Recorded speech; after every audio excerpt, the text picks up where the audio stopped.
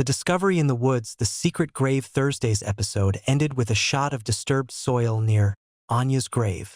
Expect this to be the central tension of Friday's episode. The close call Patty, still consumed by grief over Bear, decides to visit the woods to clear his head. He will come agonizingly close to the fresh digging site. The twist, while Patty might miss it, Lewis, who was acting strange on Thursday, is likely to be caught hovering near the area. If he is spotted, he will have to come up with a desperate lie to explain his presence, raising suspicions among the Dingles. 2. Jai's alibi crumbles. New evidence. D.S. Walsh isn't done with Jai Sharma. Expect the police to return to the factory or the HOP with physical evidence linking Jai to Ray Walters. This could be a missing item of Jai's found at the crime scene or CCTV footage that contradicts his timeline. Laurel's doubt. Despite defending him on Thursday, Laurel's faith will be tested. She may find something in their home, a receipt, a text message, or bloodied clothing, that makes her question if her husband is telling her the whole truth. Knowing that Joe Tate is the mastermind but Robert Sugden helped him, Moira will likely try to isolate Robert. She knows Robert is the weak link who might crack under pressure. Expect a heated confrontation where Moira warns Robert that if she goes down for the trafficking/drug charges, she will take him down with her.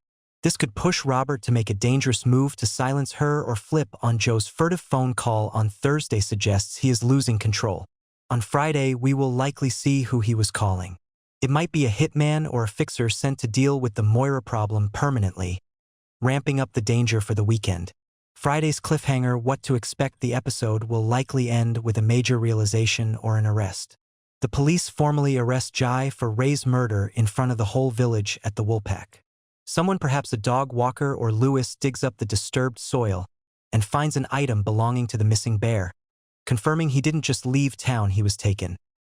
Tension grips the village as the investigation into Ray Walters' murder intensifies, pulling multiple families into the firing line.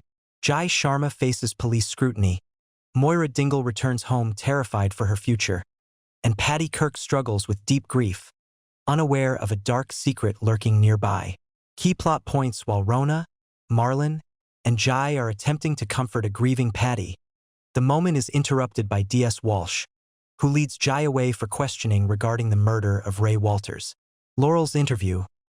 D.S. Walsh questions Laurel about her relationship with Ray.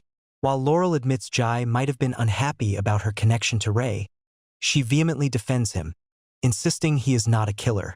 Village gossip.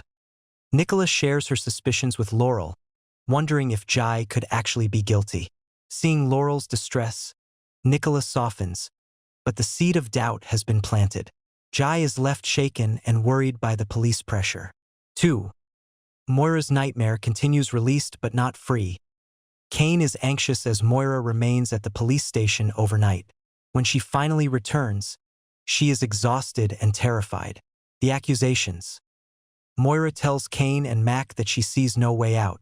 She has been accused of involvement in Celia Daniels' drug dealing and human trafficking operations, a setup orchestrated by Joe Tate, with reluctant help from Robert Sugden. Making amends. Later at the pub, Moira is mortified to run into Patty. She apologizes profusely, assuring him she had nothing to do with Bear's disappearance. Patty, in his grief, believes her and is grateful for her support. 3.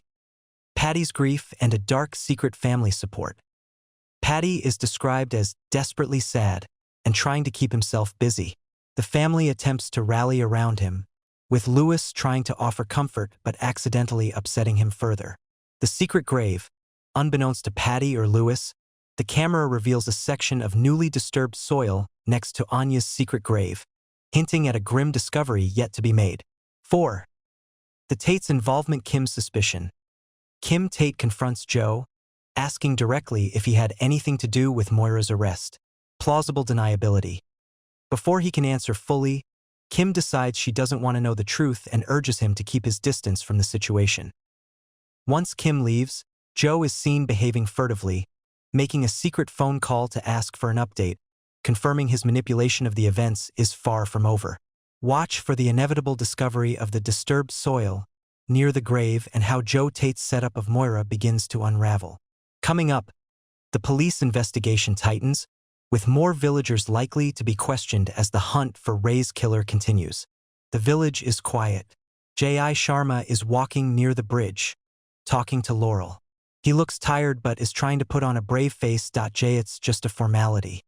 Laurel. Walsh is just fishing. They have nothing on me because I didn't do anything. Laurel, no. We just have to ride it out.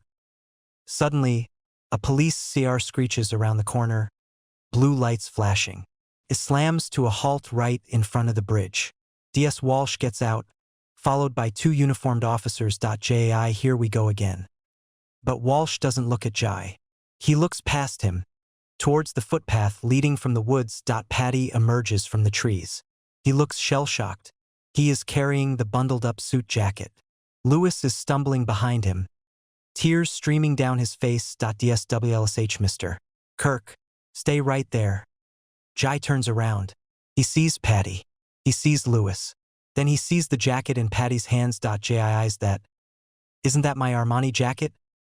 PDDY, tell him, Lewis. Tell him where you found it. Sobbing, I am sorry, Jai. I'm so sorry. I found it in the bin. I just wanted to help. DSWLSH, to the officer, secure the evidence. An officer steps forward, taking the bundle and the gun now in an evidence bag Paddy found, or just carefully held from Paddy. DSWLSH, turning to Lewis. Lewis Dingle. I am arresting you on suspicion of perverting the course of justice and concealing evidence in a murder inquiry. J.I. stepping forward. Wait. What evidence? What are you doing?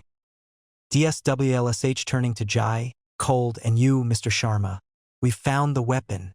And we found the blood-soaked clothes you tried to dispose of. Jai, I didn't dispose of anything. I haven't seen that jacket in a week. It was missing. DSWLSH, save it for the tape. Jai Sharma, I am arresting you on suspicion of the murder of Ray Walters. As the officer cuffs Jai, Laurel screams. The village goes silent. Paddy watches, his face stone cold, as his friend is shoved into the back of the police car next to a sobbing Lewis. The evidence looks damning, but to the savvy viewer, it screams setup. Here is why the evidence against Jai is almost certainly fake, pointing the finger back at Joe Tate. Jai is a smart businessman. If he shot Ray Walters, he would not throw the murder weapon and a bloody jacket into a general waste bin behind his own factory. He has a car. He would drive it to a reservoir or burn it. The killer wanted the jacket to be found. They planted it in a place where a worker or family member like Lewis would stumble upon it. They counted on Lewis panicking and moving it, which muddies the waters and makes Jai. Jai yells, I haven't seen that jacket in a week. It was missing. Look how they did it. Ray Walters or Joe Tate likely stole the jacket from the HOP cloakroom or Jai's office days before the murder. Wearing Jai's jacket during the murder or smearing Ray's blood on it afterward creates forensic DNA evidence that ties Jai to the scene scientifically. It's the perfect frame. We need to check Jai's timeline. If the jacket was missing a week ago, but the murder happened 2 days ago, Jai has a defense if he can prove he reported it missing or was seen without it. Joe Tate likely knew Jai and Ray were arguing. He used that public animosity as a smokescreen. By killing Ray and planting the evidence on Jai, Joe removes two problems at once. The loose cannon Ray and a business rival. What happens next week? Here is the continuation of the script.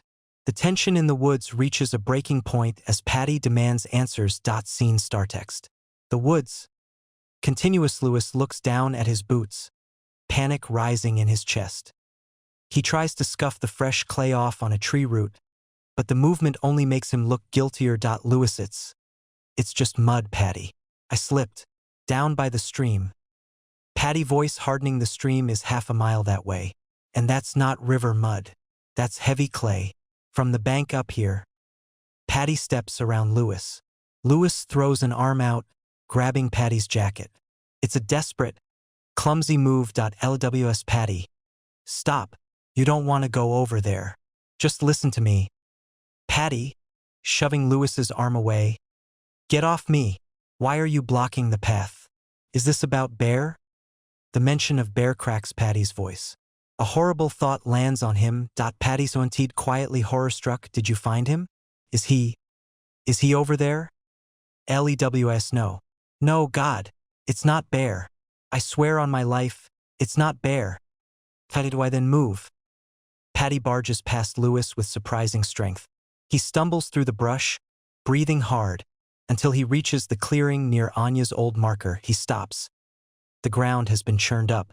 A patch of earth, roughly 3 feet wide, has been hastily dug and patted back down.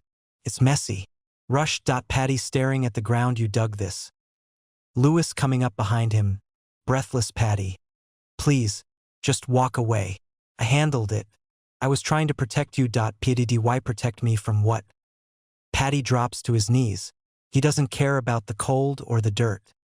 He starts clawing at the loose soil with his bare hands. Lewis didn't. Stop it. You'll get your prints on it. Paddy freezes.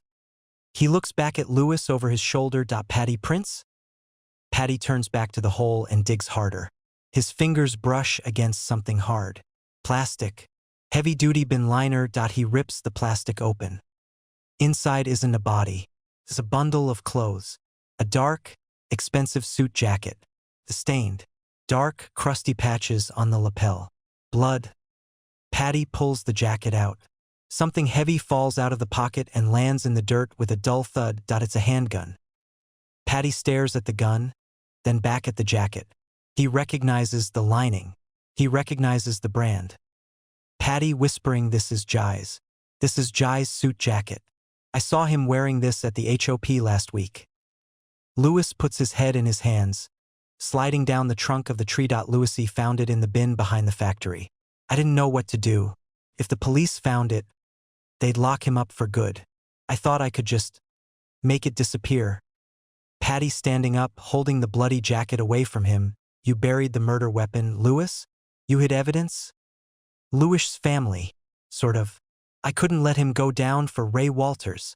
Paddy coldly, if this is here, and Jai's jacket has blood on it, then Jai didn't just kill Ray. He lied to all of us, and you just made yourself an accessory to murder. The sound of sirens wailing in the distance cuts through the air. They are getting louder, coming towards the village. Lewis looking up, terrified. Paddy. What are we going to do?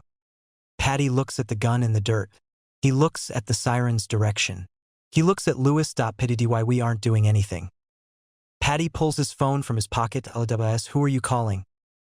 Why the police have seen into the fallout prediction now that the secret is out. Here is how this immediately impacts the Friday cliffhanger. Jai's defense is over even if Jai claims he is innocent. The bloody jacket and the gun make it nearly impossible for him to deny involvement. The question now shifts. Did Jai actually do it, or was he framed too? Someone could have planted the jacket in the bin knowing Lewis, or someone would find it.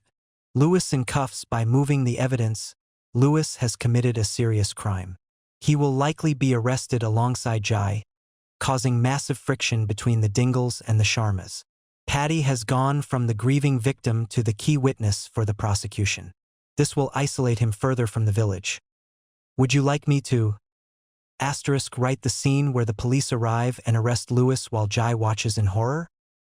Analyze how this evidence might actually be a frame job by Joe Tate, i.e., how did the jacket get in the bin?